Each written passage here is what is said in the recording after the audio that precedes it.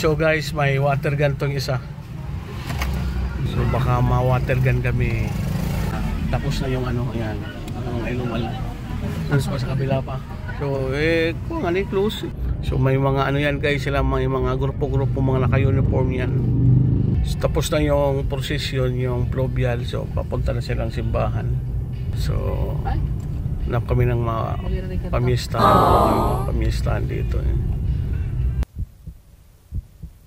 Pista dito sa sentro. Sila na talaga. Ito na kaming simbahan.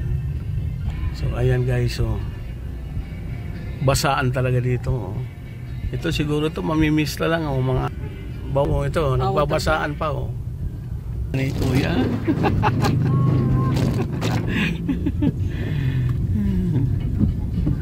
So talagang dito nagbabasaan, nabasa kami.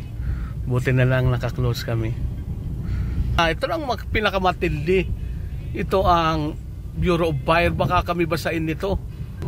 Hindi naman siguro. Kala ko mambabasa sila.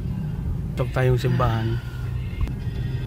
Ito yung simbahan ng Holy Trinity Bato.